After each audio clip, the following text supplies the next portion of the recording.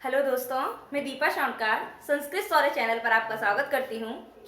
पिछली वीडियो में हमने पढ़ा है संज्ञा प्रकरण को और आज हम नया वीडियो बना रहे हैं और आज का हमारा नया चैप्टर है संधि प्रकरण। मैंने आपको पहले भी बताया है कि संस्कृत में हम किसी भी अध्याय के लिए प्रकरण शब्द का प्रयोग करते हैं।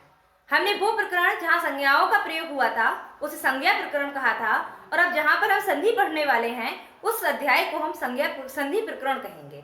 तो आज हमने यहाँ पर जो यहाँ पर हेडिंग डाली है वो डाली है संधि। संधि क्या है, आज हम पहले इस बात से चर्चा प्रारंभ करते हैं। देखिए, जो संधि शब्द है वो बना है सम प्लस धा प्लस की। देखिए, सम उपसर्ग है, धा धातु है और की प्रत्यय है। जब ये तीनों मिलते हैं तो हमारा संधि शब्द जो है वो निष्पन्न होता है। संधि शब्द का दूसरा अर्थ है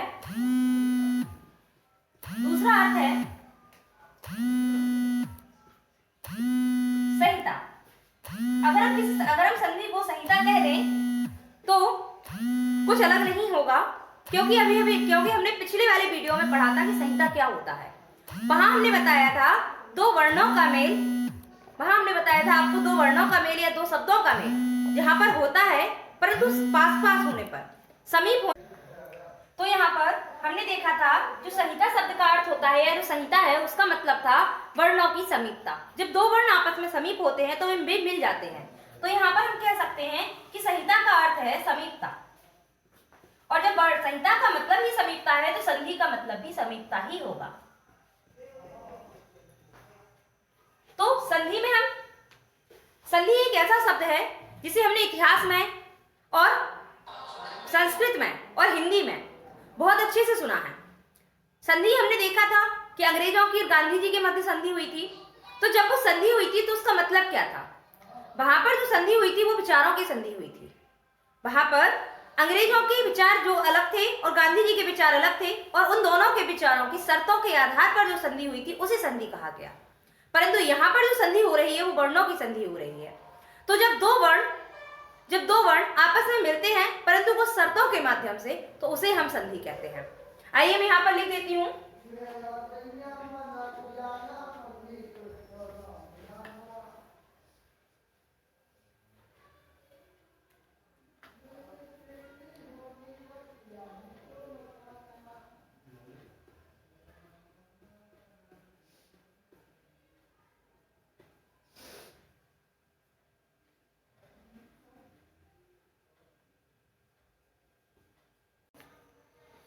देखिए, यहां मैंने लिखी है संधि की परिभाषा। लिखा है पूर्व और पर वर्णों का मेल संधि है।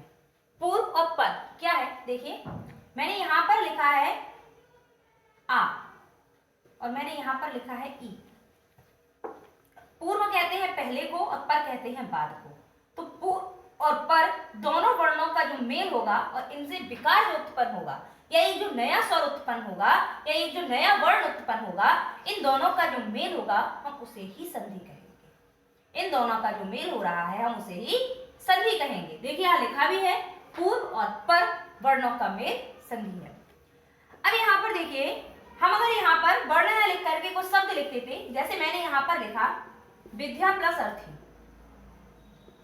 तो आप ये भी कह सकते हैं कि यहाँ से तो हमने ये वाला वर्ण लिया और यहाँ से हमने ये वर्ण लिया, तो हमने जो अंतिम यहाँ का जो प्रारंभ वर्ण था हमने नहीं क्यों लिया? इसका कारण है या इसके पीछे एक प्रैक्टिकल है। देखिए, जब भी हमें दो रस्सियों को जोड़ना होता है तो पहली वाली रस्सी का हम पीछे का छोर और दूसरी वाली रस्सी का हम आगे का छोर लेते हैं और उन दोनों छोरों को जोड़ करके या इन दोनों छोरों की गांठ लगा करके ही हम उसकी संधि करते हैं या उनको जोड़ते हैं। तो यही वाला जो नियम है, यही नियम हमारा यहाँ भी फॉलो होता है। तो यहाँ पर देखिए, पहले वाले शब्द का अंतिम वर्ण और दूसरे वाले शब्द का प्रारंभ वर्ण, जब हम इन दोनों वर्णों को जोड़ेंगे तब जाकर के हमें यहाँ पर नया वर्ण मिलेगा और वो वर्ण जाकर के संधि कर देगा। ये तो हो गई संधि की बात कि संधि क्या होती है। अब संधि कितने प्रकार की होती है और हम उन्हें कैसे पढ़ते हैं, आइए हम वो भी देखते हैं।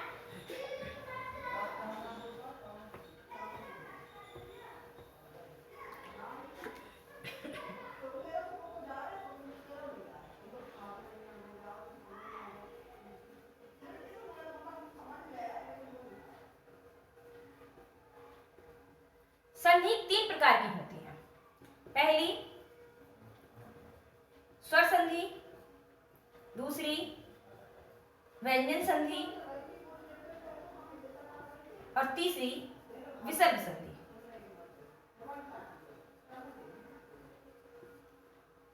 देखिए संधियां 3 हैं। पहली है स्वर संधि, दूसरी है व्यंजन संधि और तीसरी है विसर्ग संधि। पहले हम पढ़ेंगे स्वर संधि को, फिर हम पढ़ेंगे व्यंजन संधि को, फिर हम पढ़ेंगे विसर्ग संधि को। फिर भी मैं आपको थोड़ा थोड़ा इन तीनों के बारे में बता देती हूँ। स्वर संधि वो होती है जहां पर स्वर के बाद स्वर आए और इनका जो रिजल्ट आए या इन दोनों की जो संधि हो, वो संधि होने पर भी जो नया विकार उत्पन्न हो या जो नया वर्ण आए वो भी स्वर ही आए। ये होती है हमारी स्वर संधि। व्यंजन संधि वो होती है जहां पर किसी व्यंजन के, व्यंजन संधि क्या है, देखिए किसी व्यंजन के बाद, जैसे कि मैंने मां बनाया है, किसी व्यंजन के बाद या तो यहाँ पर स्वर आए या फिर यहाँ पर व्यंजन आए, परंतु इन दोनों का जो मेल हो, इस व्यंजन और यहाँ उपस्थित स्वर या व्यंजन का जो मेल हो, यहाँ से जो विकार उत्पन्न हो वो व्यंजन में हो, वो व्यंजन में हो, वो होती है हमारी व्यंजन संधि। और विसर्ग संधि जो हमारी होती है वो या तो स्वर या फिर व्यंजन, दूसरी तरफ भी स्वर या फिर व्यंजन, इन दोनों के मेल से जो यहां पर बनेगा वो व्यंजन ही बनेगा या फिर कोई स्वर बनेगा, परंतु और यहां पर विसर्ग भी बन सकता है और यहां भी हमारा व्यंजन के बाद यहां स्वर, व्यंजन या विसर्ग तीनों में से कोई एक भी आ सकता है। और तो यहां पर हम कह सकते हैं विसर्ग, स्वर या फिर व्यंजन के बाद यदि स्वर या व्यंजन आ जाए तो इसका जो रिजल्ट आता है वो या तो व्यंजन आता है या स्वर आता है या फिर विसर्ग आता है। ये वाला जो तरीका है, ये तरीका शायद आपको समझ में ना आए, परंतु जब हम विसर्ग संधि को डिटेल में पढ़ेंगे तब आपको ये बात समझ में आ जाएगी कि मैंने ये बात क्यों कही है या मैं यहाँ पर ये बात क्यों कहना चाह रही हूँ।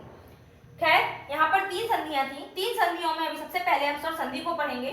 स्वर संधि को पहले डिटेल में पढ़ लेते हैं, फिर उसके बाद हम व्यंजन संधि पर आएंगे, फिर विसर्ग संधि पर आएंगे।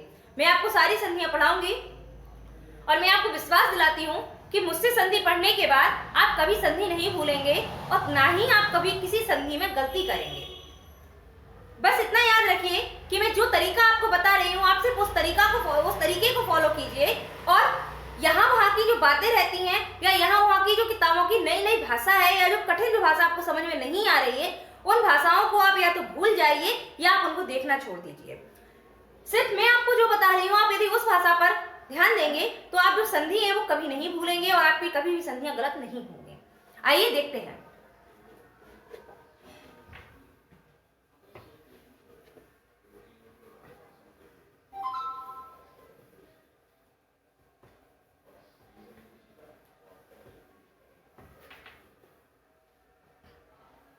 हेडिंग डालते हैं हम स्वर संधि।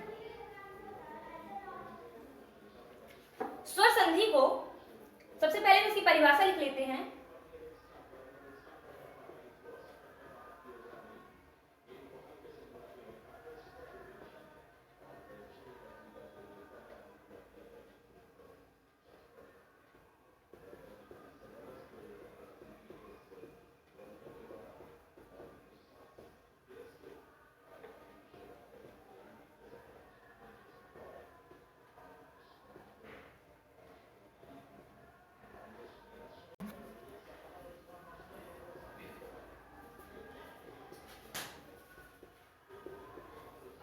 देखिए परिभाषा लिखी है पूर्व और पर, यानी कि पहले का और बाद का। देखिए यहाँ स्वर संधि लिख रहे हैं तो हम स्वर ही बनाएंगे।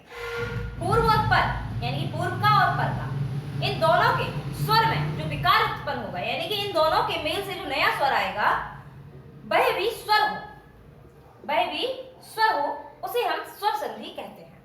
यहाँ पर ही मैंने सिर्फ आ लिया है, हम कोई दूसरा भी स्वर ले सकते थे, परंतु मैंने सिर्फ यहाँ पर आपको समझाने के लिए बताया है कि यदि पूर्व में स्वर है और पर में भी स्वर है और इन दोनों स्वरों की संधि से जो विकार उत्पन्न होगा वो विकार भी स्वर होगा, उसे हम स्वर संधि कहते हैं। स्वर संधि हमारी 8 प्रकार की होती हैं। आइए देखते हैं कौन कौन सी हैं।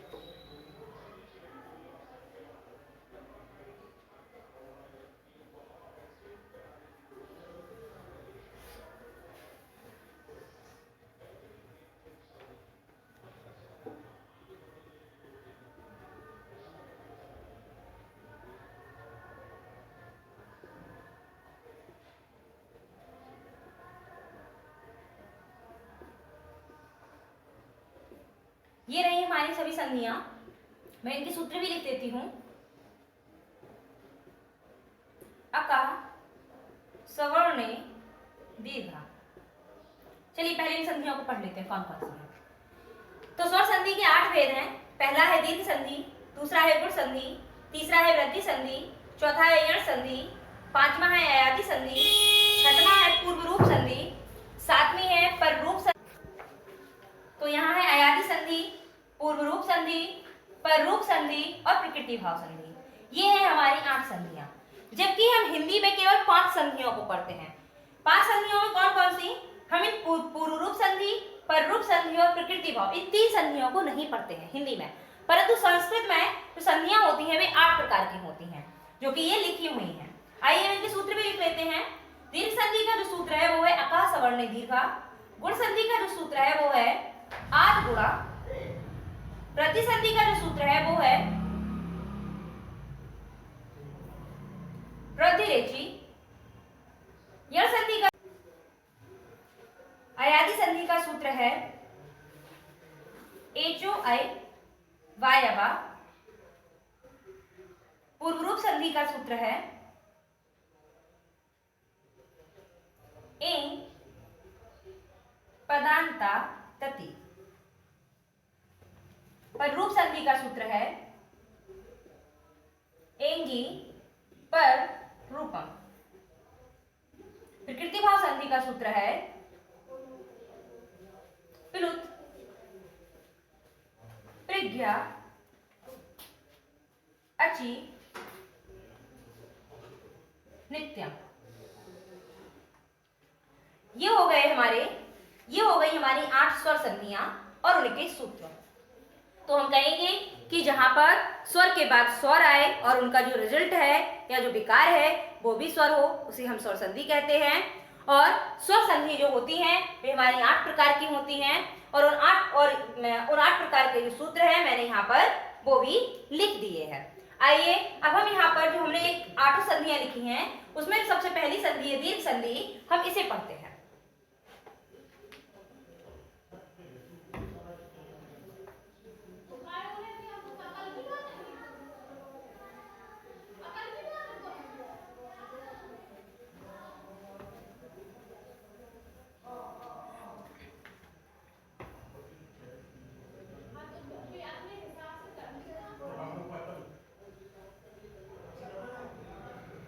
दीर्घ संधि, चलिए सबसे पहले हम इसकी परिभाषा लिखते हैं।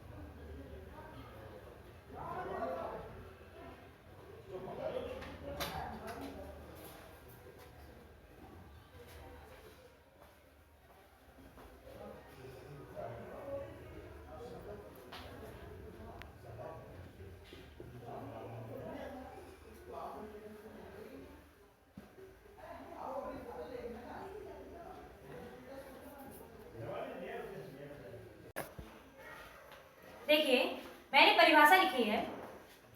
यदि आ, ई, उ और ऋ के बाद क्रमशः, यानी कि आ के बाद आ, ई के बाद ई, उ के बाद उ और ऋ के बाद ऋ आए तो यहाँ पर ध्यान दीजिए, मैंने सिर्फ आ लिखा है, मैंने ये नहीं लिखा कि ह्रस्व आ या दीर्घ आ। सिर्फ ई लिखा है, मैंने ये नहीं लिखा ह्रस्व ई या दीर्घ ई। ये सिर्फ उ लिखा है, ये नहीं लिखा कि सिर्फ ह्रस्व उ या दीर्घ उ। अच्छा आप ध्यान दीजिए, हमने जो वर्णमाला पढ़ी है संस्कृत की, यानी कि जो हमने महेश्वर सूत्र पढ़े हैं, उन महेश्वर सूत्र में क्या कहीं भी ह्रस्व आ या दीर्घ आ की बात कही गई है? नहीं कही गई है। परंतु ह्रस्व आ और दीर्घ आ हमें जिसकी जहां भी आवश्यकता होती है वहां हम उसे ह्रस्व और दीर्घ कर देते हैं। लेकिन आ को हम आ ही कहेंगे, चाहे हम ह्रस्व कहें चाहे हम दीर्घ कहें, तो हमें जहां जिसकी आवश्यकता होगी वहां पर वैसा ले लेंगे। परंतु यहाँ पर हमें जो आ है वो ह्रस्व और दीर्घ दोनों ही लेना है, इसलिए मैंने सिर्फ यहाँ आ ही लिखा है। हमें ई है वो हमें ह्रस्व और दीर्घ दोनों लेनी है, इसलिए मैंने यहाँ सिर्फ ई लिखी है। तो यहाँ पर मैंने लिखा यदि आ यानी कि ह्रस्व आ दीर्घ आ, ह्रस्व ई दीर्घ ऊ, ह्रस्व ऊ दीर्घ ऊ, ह्रस्व ऋ और दीर्घ ऋ के बाद यदि क्रमशः आ के बाद आ, ई के बाद ई, ऊ के बाद ऊ और ऋ के बाद ऋ आए तो हम क्या करते हैं, देखिए फिर मैंने यहाँ पर ह्रस्व और दीर्घ दोनों लिख दिए। तो देखिए ह्रस्व आ और दीर्घ आ के बाद यदि फिर से ह्रस्व आ और दीर्घ आ आता है तो इन दोनों का जो रिजल्ट है वो दीर्घ आ ही होगा। देखिए यहाँ भी दीर्घ आ है और यहाँ भी दीर्घ आ है। यहाँ पर दीर्घ आ अगर आ भी रहे हैं, इसके बावजूद यहाँ जो रिजल्ट होगा वो दीर्घ आ ही होगा। यहाँ भी देखिए, यहाँ ह्रस्व ई और दीर्घ ई के बाद ह्रस्व ई और दीर्घ ई ही आया है और इनका जो रिजल्ट हुआ है वो दीर्घ ई हुआ है। देखिए यहाँ भी दीर्घ ई आए थे, परंतु इसके बावजूद यहाँ पर जो रिजल्ट आया है वो दीर्घ ई ही आया है। फिर देखिए यहाँ ह्रस्व ऊ और दीर्घ ऊ है, फिर इसके बाद ह्रस्व ई ऊ और दीर्घ ऊ है और इन दोनों का रिजल्ट हुआ है वो दीर्घ ऊ हुआ है। यहाँ देखिए ये ह्रस्व ऋ है और ये दीर्घ ऋ है।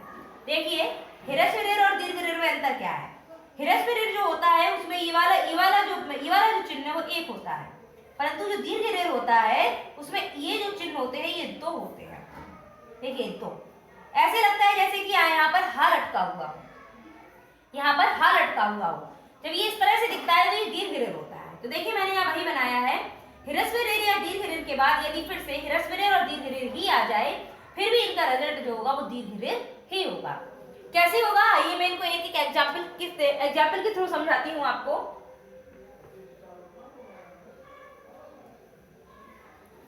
सबसे पहले हम एक आ का एग्जाम्पल लेते सबसे पहले हम आ वाला एग्जाम्पल लेते हैं। देखिए मैंने लिखा राम प्लस अवतार।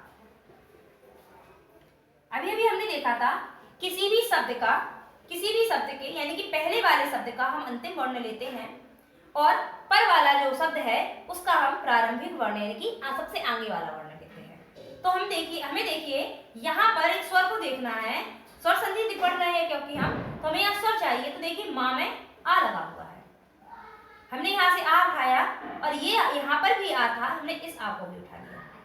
देखिए हमारा नियम था कि आ के बाद आ जाए, तो हमें ह्रस्व आ के बाद ह्रस्व आ मिल गया और इन दोनों के जो संयोग से बनेगा वो दीर्घ आ बनेगा, क्योंकि हमने अभी यहाँ पर देखा था कि आ के बाद यदि आ जाए तो आंसर जो आएगा वो दीर्घ आ ही आएगा। तो हमने इसका दीर्घ आ कर दिया, इन दोनों का जो विकार हुआ वो दीर्घ आ हुआ।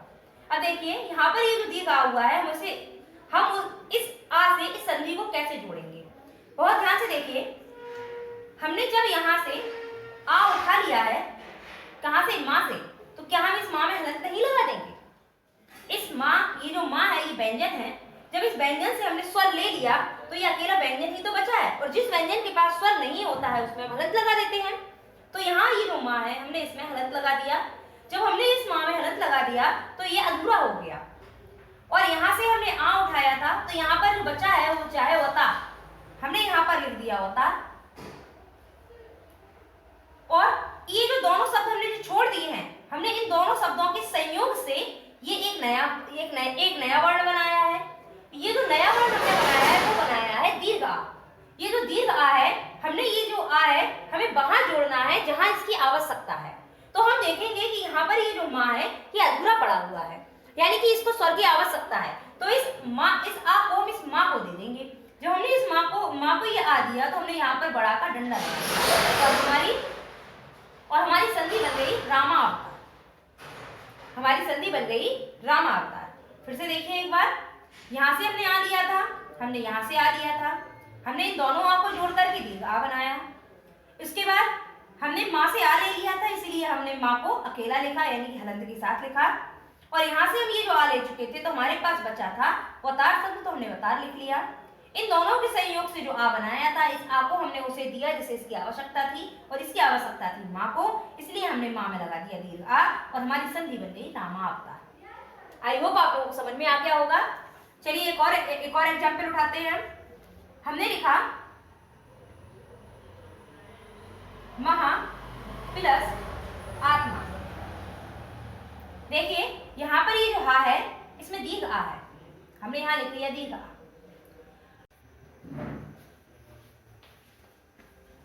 देखिए यहाँ हमने वहां से आ लिया है और हमने यहाँ आत्मा में ये देखिए आ, दीर्घ आ हमें यहाँ भी लिखा है। नियम था हमारा कि आ के बाद आ जाए, तो देखिए यहाँ दीर्घ आ के बाद दीर्घ आ आया। हमने कहा था कि अगर दीर्घ आ के बाद दीर्घ आ भी रहा है फिर भी हमारा रिजल्ट आएगा वो दीर्घ आ ही आएगा। तो यहाँ पर दीर्घ आ के बाद दीर्घ आ आया, लेकिन फिर भी हमारा रिजल्ट आया वो दीर्घ आ आया। जब यहाँ हमारा रिजल्ट दीर्घ आ आया है तो हम इसे कैसे जोड़ेंगे? देखिए ये जो हा था यहाँ से हमने दीर्घ आ उठा लिया था, इसीलिए इस हा में हम लगा देंगे हलंत, क्योंकि ये बिना स्वर का हो गया। इसके बाद यहाँ से हमने आ उठाया था तो हमारे पास तिमा शब्द बचा है, तो हमने यहाँ से लिख दिया तिमा। इन दोनों के योग से जो नया विकार हुआ था वो हुआ था दीर्घ आ। तो ये जो दीर्घ आ हम उसे देंगे जिसे इसकी आवश्यकता होगी, और इसकी आवश्यकता हमें हा को दिख रही है, हमें हा के सामने दिख रही है, क्योंकि ये जो हा है इसमें हलंत लगा हुआ है। तो हम इसका हलंत हटा देंगे और यहाँ पर हम लगा देंगे दीर्घ आ। तो ये हमारी संधि हो गई और हमारा शब्द बना है महात्मा। आपको समझ में आया होगा। चलिए एक और एग्जाम्पल देखते हैं।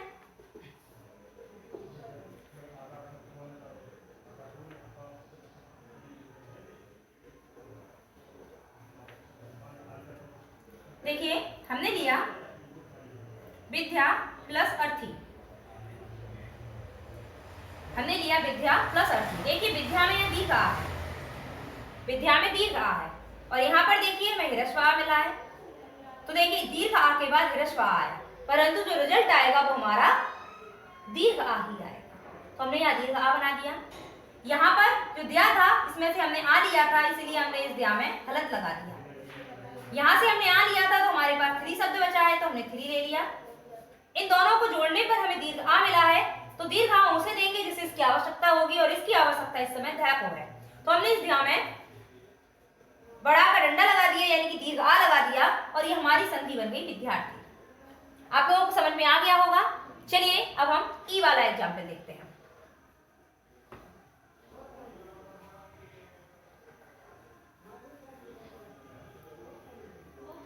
यदि आपको ये समझ में ना आया हो तो एक बार वीडियो को फिर से पीछे करके और फिर से इसी को समझने का प्रयास कीजिए।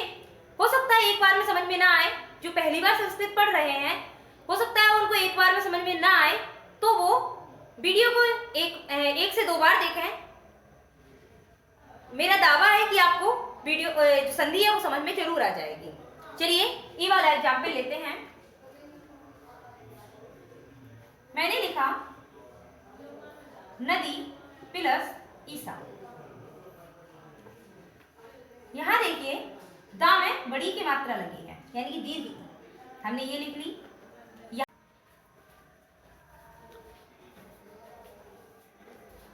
देखिए यहाँ पर दीर्घ ई है और यहाँ भी दीर्घ ई है। हमने अभी देखा था ई के बाद यदि ई आ जाए रिजल्ट हमारा दीर्घ ई ही आएगा।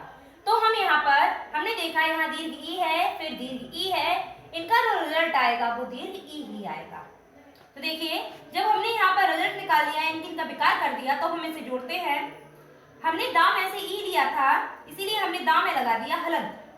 क्यों? क्योंकि ये जो व्यंजन है ये बिना स्वर का हो गया, इसीलिए जो व्यंजन बिना स्वर का हो जाता है हम उसमें हलंत लगा देते हैं। यहाँ से हमने ई लिया था तो हमारे पास बचता है सा, तो हमने यहाँ पर लिख लिया सा। इन दोनों को जोड़ने पर इन दोनों का जो विकार हुआ था वो दीर्घ ई हुआ, और इस ई की जिसको आवश्यकता होगी हम उसे दे देंगे, और इस ई की हम देख रहे हैं कि आवश्यकता दा को है, क्योंकि इसके पास कोई स्वर नहीं है। तो हमने इसमें बड़ी की मात्रा लगा दी, यानी कि दीर्घ ई लगा दिया, और ये हमारी संधि बन गई नदी सा। देखिए अगला एग्जाम्पल भी देखते हैं। हमने लिखा गिरी प्लस ईसा, सॉरी इंद्रा, गिरी प्लस इंद्रा। तो देखिए हमने यहाँ पर लिखा, देखिए यहाँ रा में छोटी की मात्रा लगी है तो हमने यहाँ छोटी ई लिख लिया, यहाँ भी छोटी ई लिखी है तो हमने यहाँ भी छोटी ई लिख ली। ई के बाद यदि ई आ जाता है तो हम उसे दीर्घ कर देते हैं, क्योंकि अभी अभी हमने नियम देखा था कि यदि ई के बाद ई आ जाए तो हमें दीर्घ, तो यहाँ पर दीर्घ ई ही आती है, चाहे वो छोटी ई हो और चाहे बड़ी ई हो। तो यहाँ तो हमें दोनों ह्रस्व ई मिल गई हैं, तो इन दोनों ह्रस्व ई को जोड़ने पर हमें यहाँ दीर्घ ई करनी है। तो इनका जो विकार उत्पन्न हुआ वो हुआ दीर्घ ई से। देखिए यहाँ पर रामे से हमने ई लिया था तो हमने यहाँ पर गिर शब्द लिख लिया और रामे हलंत लगा दिया। यहाँ से ई लिया था तो हम यहाँ पर इंद्रा लिख देंगे, तो हमने यहाँ पर ये लिख लिया। इन दोनों का जो विकार हुआ है वो दीर्घ ई है, और दीर्घ ई हम उसे देंगे जिसे इसकी आवश्यकता है, और इसकी आवश्यकता रा को है क्योंकि इसके पास स्वर नहीं है, और हमने इसमें बड़ी की मात्रा लगा दी और हमारी संधि बन गई गिरींद्रा। आपको समझ में आ गया होगा। चलिए एक और एग्जाम्पल देखते हैं। हमने लिखा मुनि प्लस ईसा। देखिए यहाँ पर नाम है ह्रस्व ई है और यहाँ हमें दीर्घ ई दिख रही है। ह्रस्व ई और दीर्घ ई इन दोनों को जोड़ने पर जो विकार हुआ वो हुआ दीर्घ ई। तो यहाँ पर नाम में हमने जो ह्रस्व ई ले ली थी तो इस नाम में हम हलंत लगा देंगे, तो हमने लगा दिया हलंत, और यहाँ से हम ई ले चुके हैं तो हमने यहाँ पर लिख लिया सा। इन दोनों का जो विकार आया है वो आया दीर्घ ई, और ये हम उसे देंगे जिसे इसकी आवश्यकता होगी। इसकी आवश्यकता है ना को, तो हमने इस नाम में लगा दी बड़ी ई और संधि बन गई मुनीषा। समझ में आया होगा आपको। चलिए अब हम ऊ की तरफ चलते हैं, ऊ वाला बताते हैं। देखिए हम यहाँ पर ऊ वाला ले रहे हैं। हमने यहाँ पर लिखा भानु और यहाँ पर लिखा उदया। देखिए यहाँ पर नाम है ऊ है, हमने यहाँ ऊ लिख लिया, यहाँ भी ऊ है तो हमने यहाँ भी ऊ लिख लिया, और ऊ के बाद ऊ आया है। देखिए ऊ के बाद जो ऊ आया है हमें यहाँ पर रिजल्ट में लाना है दीर्घ ऊ, तो हमने इनका कर दिया दीर्घ ऊ और यहाँ पर आ गया दीर्घ ऊ। यहाँ पर नाम है ऊ, ना से हमने ऊ लिया है इसलिए हम नाम में लगा देंगे हलन, और हमने लगा दिया नाम में हलन। यहाँ हमने ऊ लिया है तो हमने यहाँ पर दया लिख दिया, तो ये आ गया दया। इन दोनों के योग से जो नया विकार हुआ है वो है ऊ, तो इस ऊ को हम उसे देंगे जिसे इसकी आवश्यकता है, और इसकी आवश्यकता ना को है क्योंकि इसके पास स्वर नहीं है, तो इसको हम बड़ा ऊ देंगे तो ये हो जाएगा भानुदया, और हमारी संधि बन जाती है भानुदया। चलिए एक और एग्जाम्पल देखते हैं। हमने लिखा बधु प्लस उत्सव। बधु प्लस उत्सव, देखिए यहाँ पर दीर्घ ऊ है और यहाँ ह्रस्व ऊ है। दोनों के योग से जो नया विकार होगा वो होगा दीर्घ ऊ का। अब हम जब इसको जोड़ेंगे तो हम धा में लगा देंगे हलन, और यहाँ से हमने ऊ लिया है तो हम लिखेंगे तसव। इन दोनों के योग से मिला था हमें बड़ा ऊ, ये हम उसे देंगे जिसे इसकी आवश्यकता है, और इसकी आवश्यकता है धा को, तो हमने यहाँ पर लिख दिया बड़ा ऊ, और हमारी संधि बन गई बधुत्सव। चलिए अब हम देखते हैं ऋ वाला एग्जाम्पल।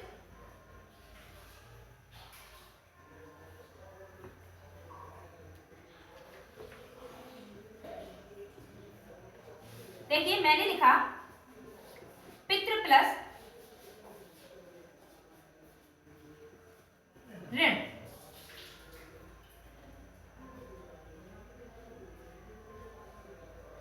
पितृ प्लस ऋण। देखिए यहाँ पर जो तामे नीचे लगा हुआ है ये ऋण है, हमने यहाँ पर लिख लिया ऋण। यहाँ पर भी हमें ऋण मिला, हमने इसे यहाँ भी लिख लिया ऋण।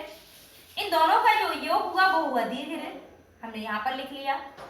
इस तामे से हमने ऋण लिया था तो इस तामे हमने लगा दिया हलन, और यहाँ से हमने जो ऋण लिया था तो हमारे पास बचा है णम, हमने लिख दिया णम। इन दोनों का जो योग हुआ उससे विकार उत्पन्न हुआ बड़ा ऋण में। ये जो बड़ा ऋण है ये हम उसे देंगे जिसे इसकी आवश्यकता है, और इसकी आवश्यकता है ताको, क्योंकि इसमें हलंत लगा हुआ है। यहाँ से हमने हलंत हटाया और हमने यहाँ पर लगा दिया ऋण, और ये शब्द बन गया पितृण। आई होप आपको समझ में आ गया होगा। तो ये था हमारा दीर्घ संधि का संधि करने की प्रक्रिया। मैंने अभी आपको सिर्फ संधि करने की प्रक्रिया बताई है, मैंने आपको विच्छेद करने की प्रक्रिया नहीं बताई है। चलिए देखते हैं विच्छेद क्या है। सबसे पहले तो आप ये समझ लीजिए विच्छेद होता क्या है। दो शब्दों को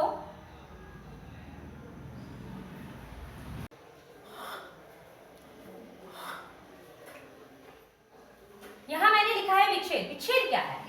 हमने देखा संधि वो है जहां हमने दो वर्णों का मेल किया था। जब हमने दो वर्णों का जब हमने मेल किया वहां पर हमें एक नया वर्ण मिला, उसे हमने संधि कहा।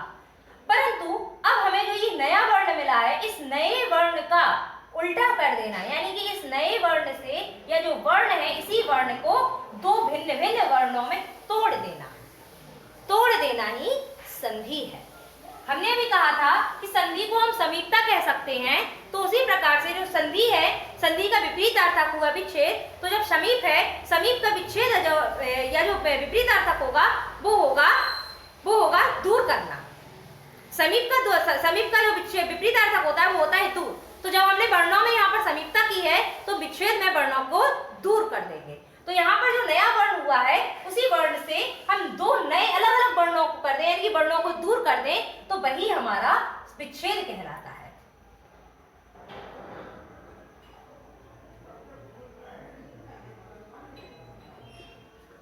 वर्णों को अलग अलग करना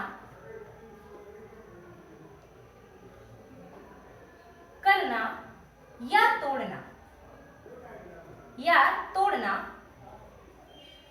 विच्छेद कहलाता है।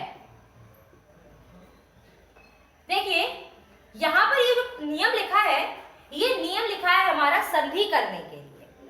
यहाँ ये जो नियम लिखा है, ये नियम लिखा है हमारा संधि करने के लिए, परंतु विच्छेद के लिए भी हमें इसी नियम की आवश्यकता होती है। परंतु इतना याद रखेंगे कि जिस नियम को हमने सीधी तरह से संधि के लिए प्रयोग किया है, उसी नियम को हम उल्टी तरह से विच्छेद के लिए प्रयोग करेंगे। मतलब हम इसी नियम को उल्टा कर देंगे। अभी हमने आ और आ से मिला करके दीर्घ आ बनाया, परंतु अब हम कहेंगे कि दीर्घ आ से आ और आ बनेगा। मेरी बात ध्यान से सुनिए। संधि में मैंने कहा कि आ और आ से दीर्घ आ हुआ, संधि में कहा आ और आ से दीर्घ आ हुआ, परंतु अब हम कहेंगे कि दीर्घ आ से दो आ बन जाएंगे। हम कहेंगे कि दीर्घ आ से दो आ बन जाएंगे, अब चाहे वो ह्रस्व हो और चाहे दीर्घ हो, परंतु दीर्घ आ से अब दो नए आ बनेंगे।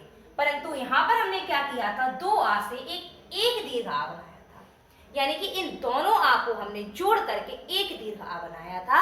परंतु अब जब हम विच्छेद करेंगे तो इस एक दीर्घ आ से हम दो आ बनाएंगे। यही जो नियम है ये हमने उल्टा कर दिया। बिल्कुल उसी तरह से अभी हमने ई और ई से दीर्घ ई बनाई थी, परंतु अब हम जब विच्छेद कर, देखिए ई और ई से हमने दीर्घ ई को बनाया, परंतु अब हम एक दीर्घ ई से दो नए ई बनाएंगे। तो क्या हो रहा है कि एक वर्ण को हम तोड़ करके दो वर्ण बना रहे हैं। तो क्या उस वर्ण का विच्छेद नहीं हो रहा है? हो रहा है। यहाँ पर हम इस वर्ण का विच्छेद कर रहे हैं, यानी कि इस वर्ण को हम तोड़ रहे हैं। और अभी हमने क्या किया था, इन दो वर्णों को हमने जोड़ा था और एक नया वर्ण बनाया था। और अब हम क्या कर रहे हैं, जो हमने नया वर्ण बनाया है उस नए वर्ण को हम तोड़ करके पहली वाली अवस्था में ले जाएंगे, वो हमारा विच्छेद कहलाएगा। आइए हम विच्छेद भी देखते हैं एक एक करके। विच्छेद देखने से पहले मैं आपसे कहूंगी कि आप दीर्घ संधि की पहचान कर लीजिए। क्या पहचाने? देखिए आपको अगर संधि तोड़ करके रखी है, जैसे कि अभी मैंने यहाँ पर रखी थी राम प्लस अवतार, तो आप देख लेंगे कि यहाँ पर आ है और यहाँ पर आ है। तो मैम ने बताया था कि आ और आ के जोड़ने के बाद दीर्घ आ हो जाता है, तो यहाँ पर हमें पता चल गया कि दीर्घ संधि है। परंतु यदि यहाँ पर ये टूटा हुआ है, यानी कि दो अलग अलग शब्दों में रख करके ना आके संधि आ जाए और आपसे कहा जाए कि आप इसे तोड़िए, तो आप कैसे तोड़ेंगे? तो इसके लिए आपको ये पहचान करनी आनी चाहिए कि सबसे पहले ये कि आप ये पहचान लें कि ये संधि कौन सी है। तो उसके लिए जरूरी है कि आपको उसकी पहचान आए। तो मैं यहाँ पर पहचान लिख रही हूं,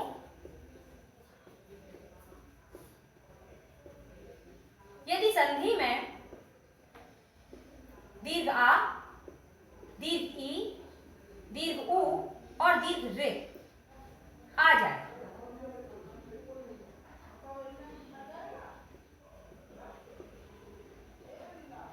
परंतु दोनों शब्द सार्थक हो, वो दीर्घ संधि है।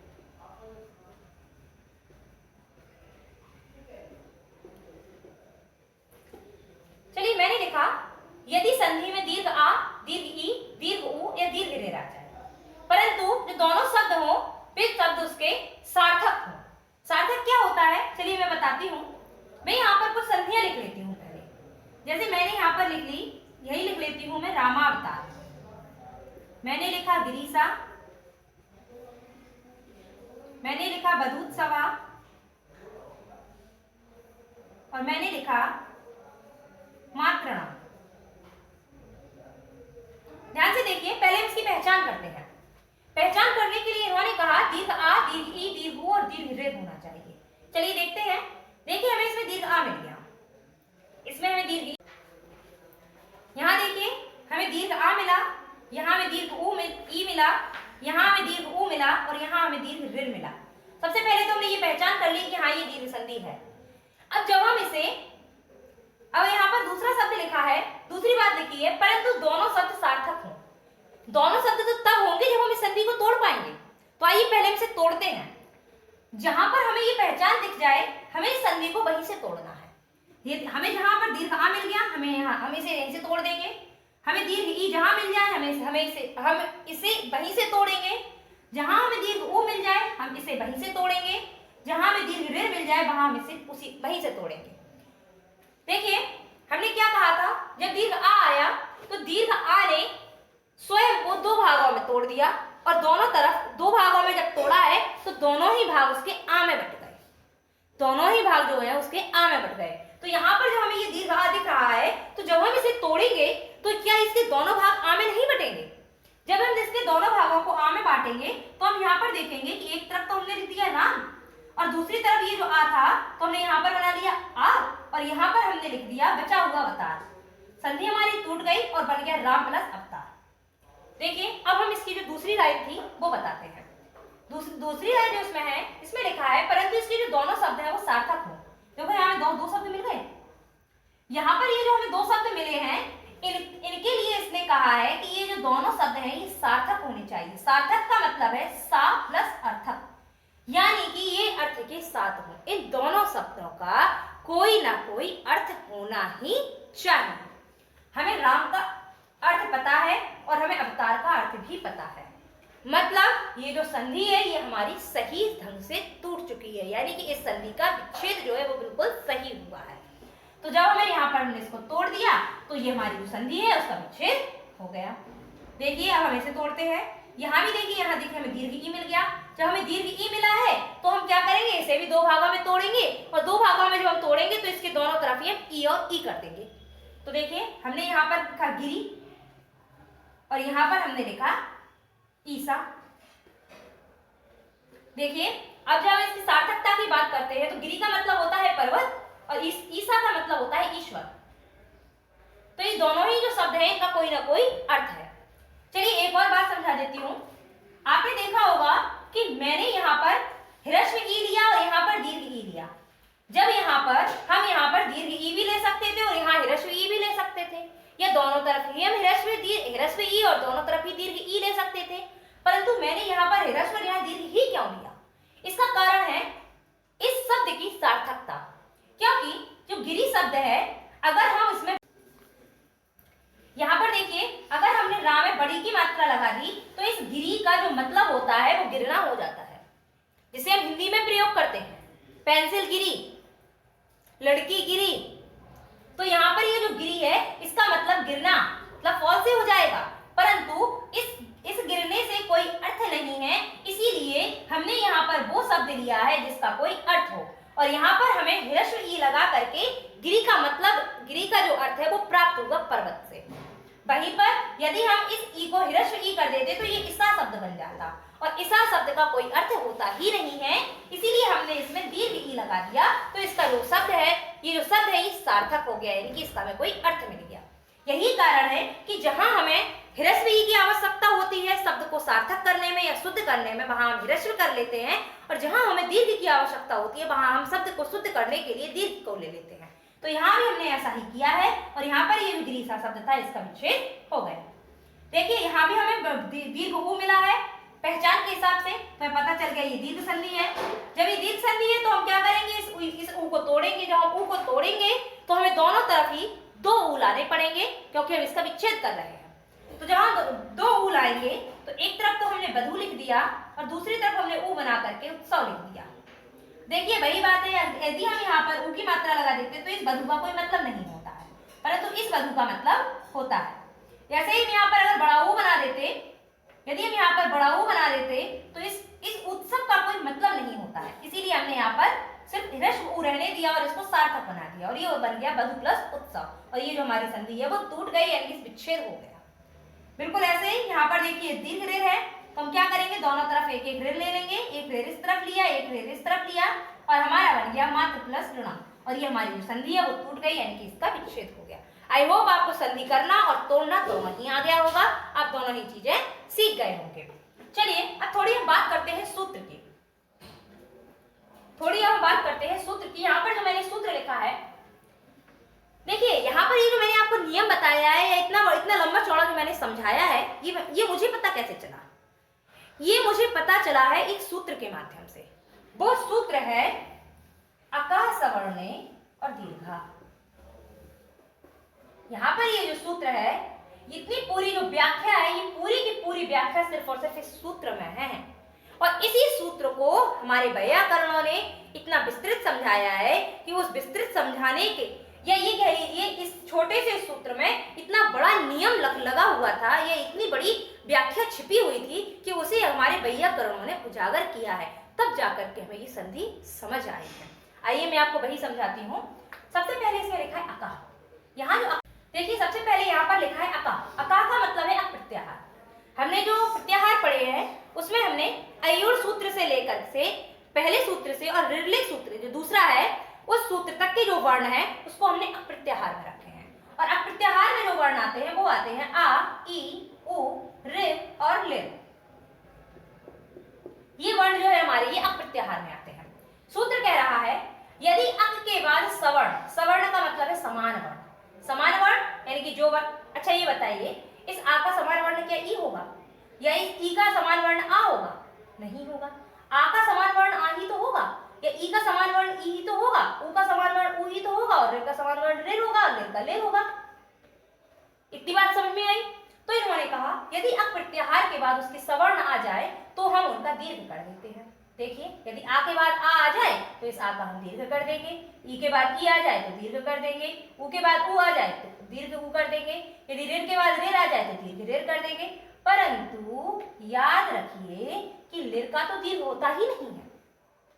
हमारी वर्णमाला जो है उसमें ही हमने पढ़ा है कि लिर का दीर्घ होता ही नहीं है। यही कारण है कि ये जो संधि है इसे हम दीर्घ संधि कहते हैं, क्योंकि इसमें जो वर्ण आए हैं या इनका जो रिजल्ट आता है वो दीर्घ वर्ण नहीं आता है।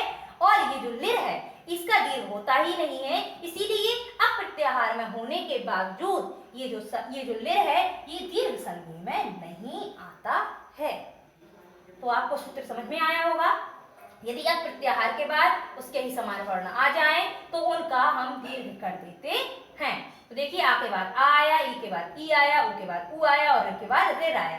तो जब आ के बाद आ आया तो हमने उसका दीर्घ आ कर दिया, जब ई के बाद ई आया तो उसको हमने दीर्घ ई कर दिया, जब उ के बाद उ आया तो दीर्घ उ कर दिया, और जब ऋ के बाद ऋ आया तो हमने उसका दीर्घ ऋ कर दिया।